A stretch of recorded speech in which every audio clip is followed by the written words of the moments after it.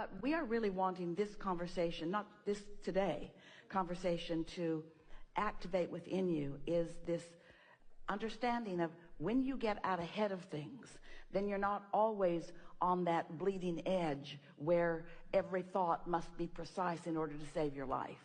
You can get out ahead of things, and then every moment can be rich and expansive and full of insight and pleasure. You don't have to be right up against the edge. And something about that, we're giving you a little more than you're asking for here with your words, but it really is something in your vibration that we want to address.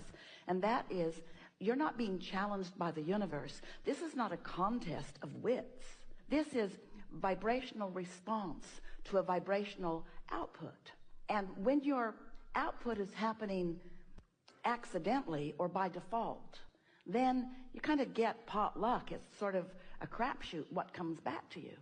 But when you are deliberate about what you think as often as you can be, then life starts to smooth out, and you get all this leeway for the purpose of the pleasure of the moment, of the moment, of the moment, of the moment, of the moment.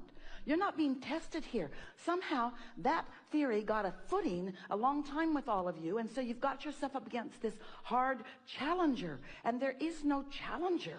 The only thing that challenges any of you is your own split energy, you see. If you wait until you're into your day before you do any of your thinking about where you are, now you're doing a lot of knee-jerk responding to what's going on. And so the day sort of has its way with you. But if you have pre-paved it, if you have calibrated your vibration ahead of time, if you've meditated and come into your source energy, if you have segment intended, if you have established how you feel. Have you heard us talking about the concept of segment intending? So what's segment intending? Holding your own intentions for the segment that you are moving into. Recognizing that the segment just changed. I just got into my car, so it's a different segment.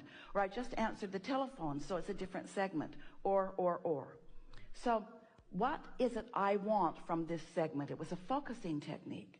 So through the years, Esther saw this segment intending, this focusing technique. She saw it as the way she would control the segment. Not quite what we meant, but it's the way it felt to her when she would do her segment intending. She would sit in her car and she would think to herself, I want to have smooth transfer, and I want to be safe, and I want to encounter other nice drivers. Esther's interpretation of that was, I'm going to change what's going on in this segment to please me. Well, now that was not wrong.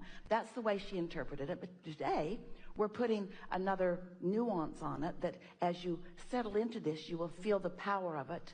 Now, Esther's vision, as we project segment intending, she sees herself in the segment before the segment, preparing herself because she understands that it's attraction, attraction, attraction. So she says things to herself like, I'm so in love with life, and I'm such a blessed person, and I'm so eager about life, and I love interaction with others.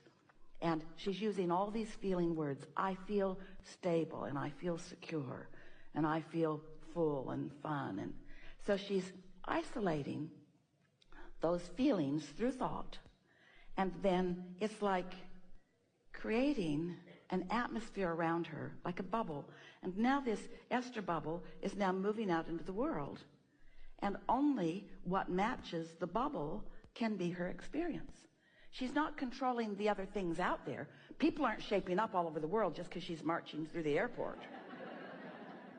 She's just not rendezvousing with those that are marching to the beat of a different drummer. She's just attracting those that match her bubble, you see.